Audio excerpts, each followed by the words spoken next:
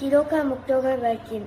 1. 많은 사람들이 무리 사이에 이루어진 사건들에 대해 기록하려고 했는데 그것은 처음부터 말씀의 목적자이며 일꾼이었던 사람들이 우리에게 전해준 것과 같습니다. 존경하는 데오빌로님, 제 자신도 그 모든 사건을 처음부터 면밀히 조사해 당신을 위해 순서대로 써보는 것이 좋겠다는 생각이 들었습니다. 이는 당신이 전에 배우신 것이 틀림없는 사실임을 아시도록 하기 위해서입니다. 예고된 세대자 요한의 출세. 유대 헤롯 왕 때 사가랴는 제사장이 있었는데 그는 아비야 계열에 소속된 사람이었습니다. 그 아내 또한 아론의 자손이었는데 그 전에 엘사벳이었습니다. 둘 다 하나님을 보시기에 의로운 사람들이어서 주의 모든 계명과 규율을 때부터 없이 잘 지켰습니다. 그런데 이들에게는 자식이 없었습니다. 엘사벳이 아기를 가질 수 없는 몸이었고 둘 다 이미 나이가 많았기 때문입니다.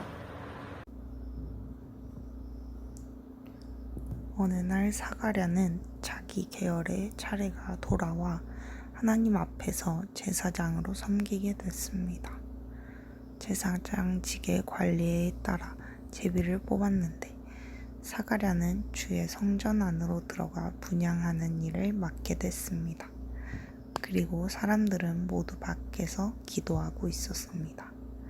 그때 주의 천사가 사가랴에게 나타나 분향하는 제단 오른쪽에 섰습니다. 천사를 본 사가랴는 깜짝 놀라 두려움에 사로잡혔습니다. 그러자 천사가 말했습니다. 두려워하지 마라, 사가랴야.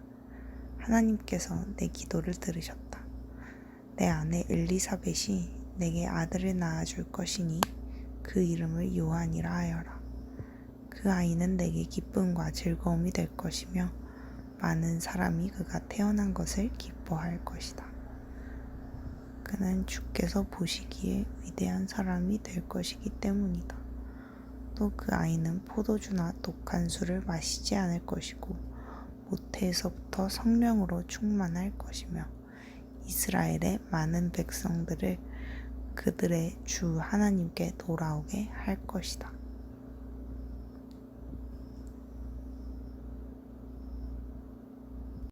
그가 또 엘리야의 심령과 능력으로 주 앞에 먼저 와서 아버지의 마음을 자식에게 거스르는 자를 의인의 쓸기에 돌아오게 하고 주를 위하여 세운 백성을 준비하리라.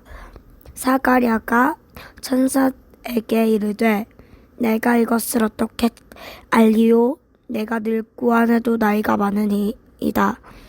천사가 대답하여 이르되 나는 하나님 앞에 서 있는 가브리엘이다.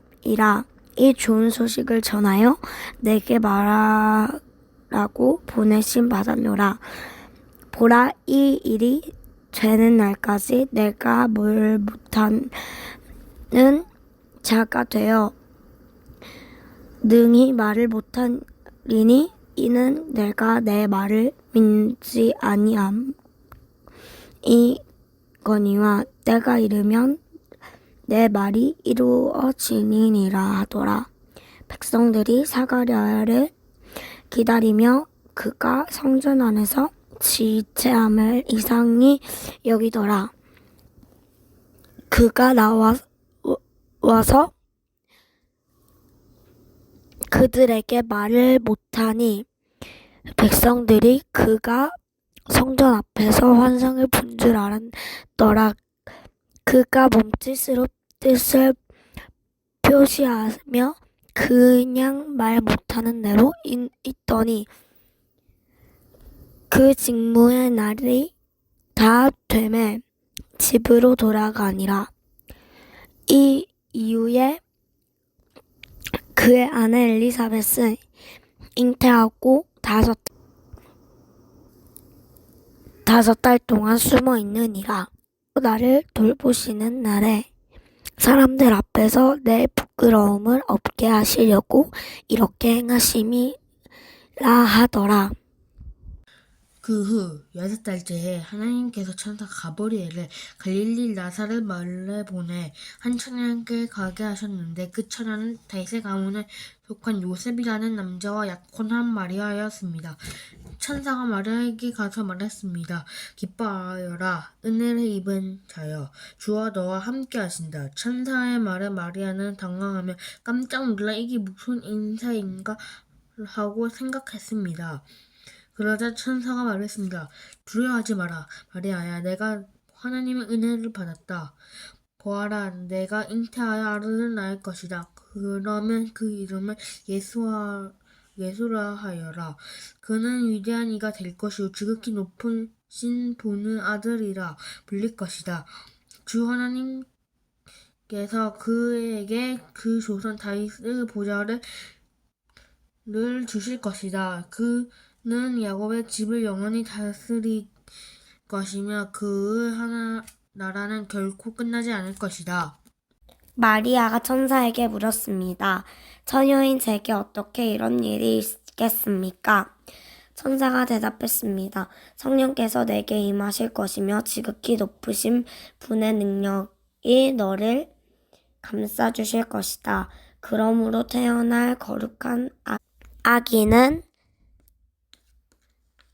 하나님의 아들이라고 불릴 것이다. 보아라, 내 친척 엘리사벳도 그렇게 나이 많은 나이에 아이를 가졌다. 아이를 갖지 못하는 여자라 불렸는데 임신한 지 벌써 6달째가 됐다. 하나님께는 불가능한 일이 전혀 없다. 그러자 마리아가 대답했습니다. 보십시오, 저는 주의 여종입니다. 당신의 말씀대로 제게 이루어지기를 원합니다. 그러자 천사가 마리아에게서 떠나갔습니다. 그 무렵 마리아가 일어나 유대 산골에 있는 한 마을로 서둘러 갔습니다. 그리고 그녀는 사가랴의 집에 들어가 엘리사벳에게 인사를 드렸습니다. 엘리사벳은 마리아의 인사를 받을 때 뱃속의 아기가 뛰놀았고 엘리사벳은 성령으로 충만해져 큰 소리로 외쳤습니다. 당신의 여인들 중에 복을 받았습니다.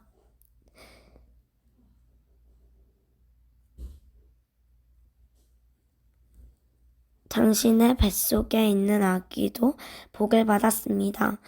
내 주의 어머니께서 내게 오시다니 이게 어찌된 일입니까? 보십시오. 당신의 인사말이 내 귀에 들릴 때 내 뱃속에 아기가 기뻐하며 뛰어놀았습니다. 주께서 하신 말씀이 정말 이루어질 것을 믿는 여인은 복이 있을 것입니다. 그러자 마리아가 말했습니다. 내 영혼이 주를 찬양하며 내 영이 내 구주 하나님을 기뻐하며 그분이 자신의 여종의 비천함을 돌아보셨기 때문입니다. 이제부터 모든 세대가 나를 복있다고 할 것이니 이는 전능하신 그분이 내게 위대한 일을 하셨기 때문입니다. 그분의 이름을 거룩하시며 그분의 자비는 그분을 경외하는 사람들에게 대대로 이어질 것입니다.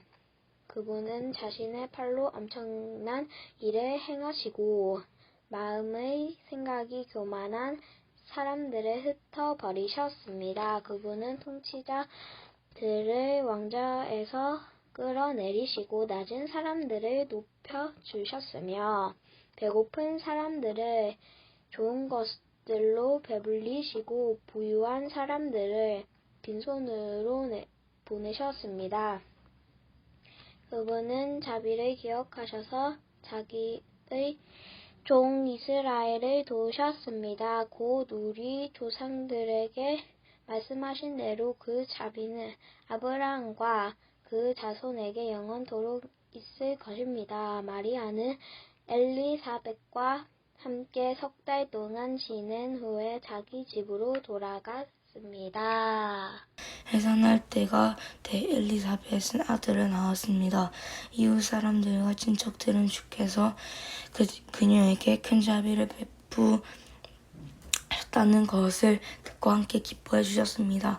8일째 되는 날 그들이 아기에게 할례를 하려고 와서 아버지의 이름을 따라 그 아이의 이름을 사가랴로 지으려 했습니다. 그때 아기의 어머니가 대답했습니다. 안 됩니다. 이 아이는 요한이라고 부르려야 합니다. 그러자 사람들이 엘리사벳에게 말했습니다. 당신 친척 중에는 그런 이름을 가진 사람이 하나도 없습니다.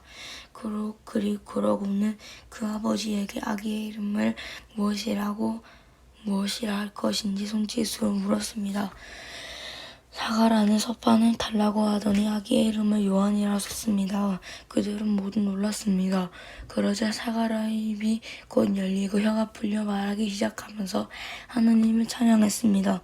근처에 사는 사람들이 모두 두려워했고 이 모든 일은 온 유대 산골에 두루 퍼져 사람들의 이야깃거리가 됐습니다. 이 말을 들은 사람마다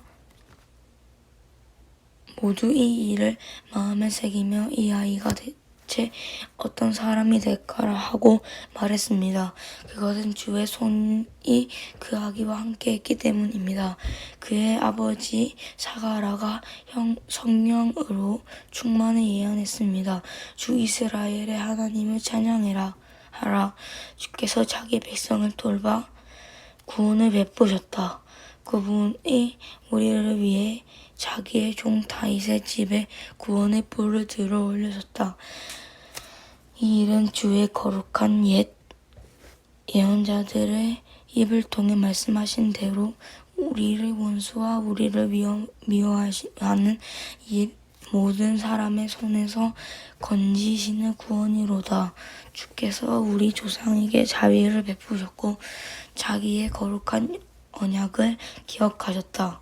이 맹세는 우리 조상의 아브라함에게 하신 것으로 우리를 원수들의 손에서 구출하사 두려움 없이 주를 섬겨 우리가 주 앞에서 평생토록 거룩하고 이롭게 살도록 하셨다.